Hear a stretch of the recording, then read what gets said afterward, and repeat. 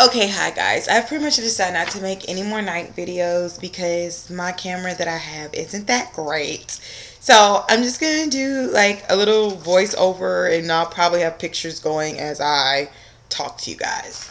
So anyway, I started this video because I kept seeing some posts on my board, and I mean they're completely normal things for newbies and transitioners to say, and I kind of just wanted to bring it over to my channel and just talk about it with you guys.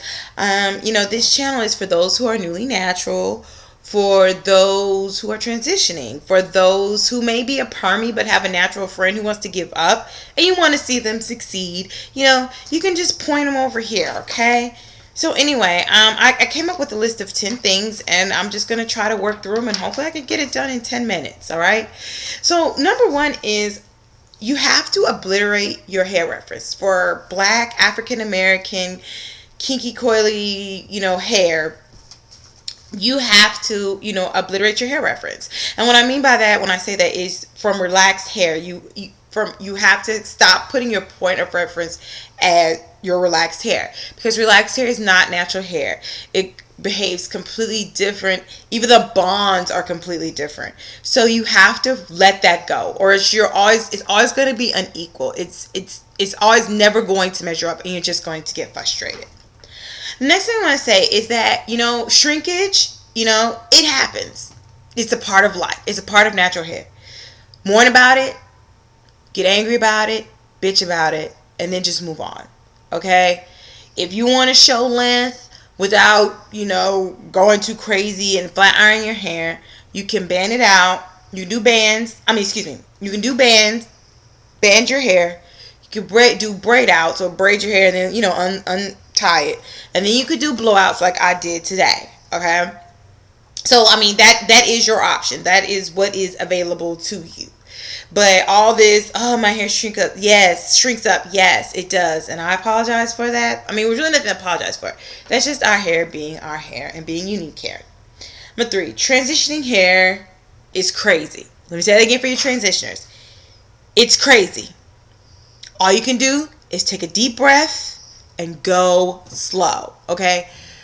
I transitioned from 11 months, and I cannot sympathize or empathize with people who say it's very hard for them to comb their hair and it gets tangled really easy, because I didn't have a whole bunch of tangles and having a hard time combing through my hair.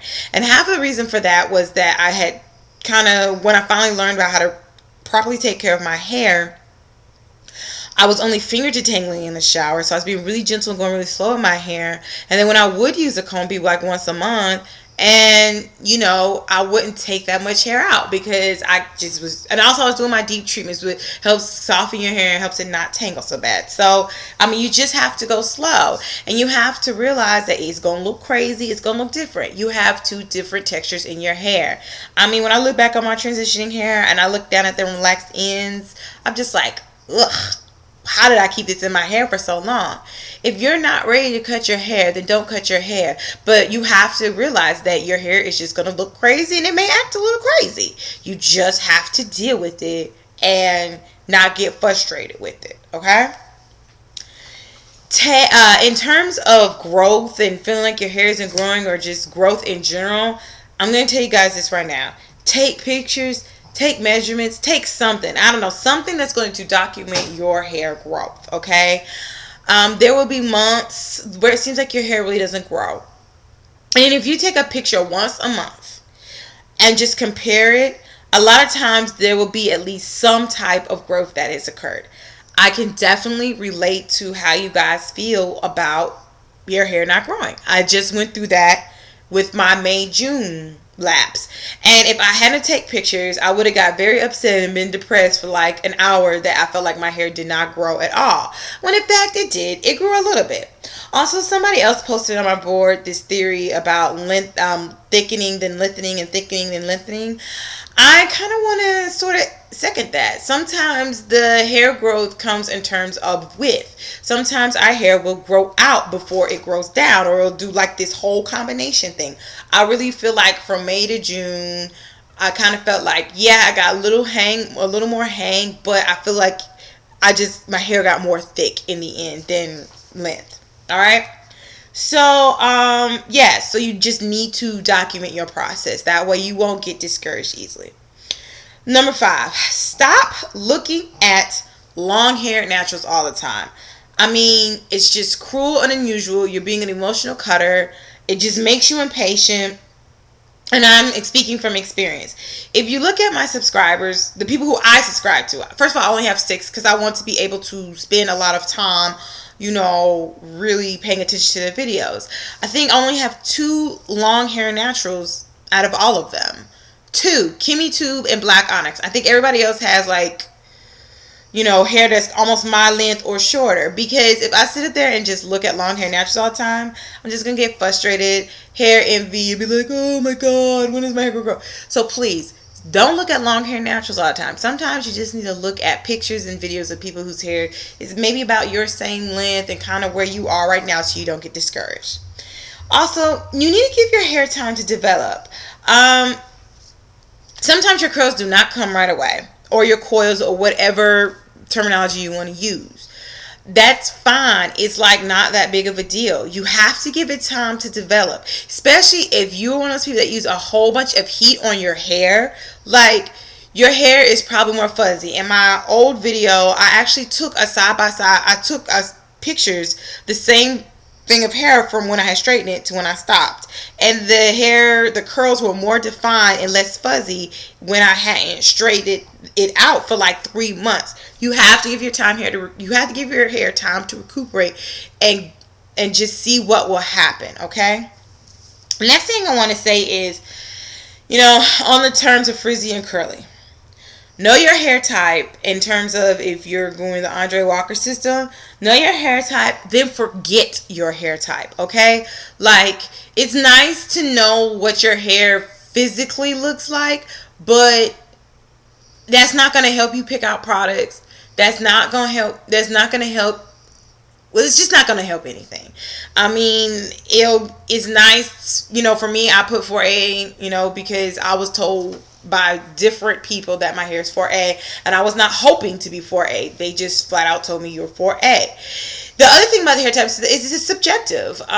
Just like I have so many people told me that I'm 4A. I had somebody just recently leave a comment on page saying my 4B, 4C.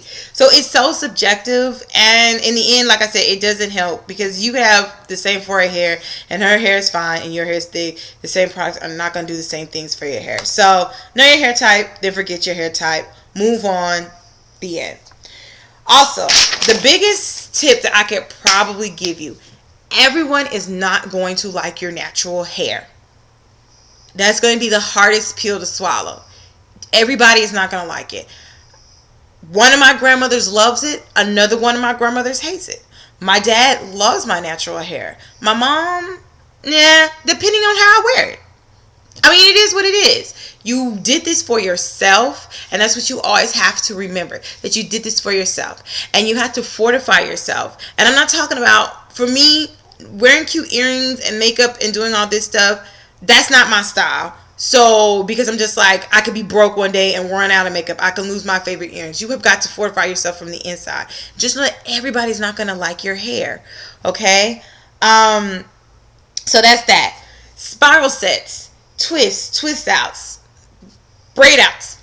These things take practice, okay? You're not going to do your first spiral set, whatever, and it's going to come out perfect unless you are gifted like that, or else you were just really meticulous. I'm sorry, it doesn't work like that. You have got to practice. You have got to develop a technique. My twists do not look the same that they did when I first started to now. They look much better now. So you have to practice and not give up so easily.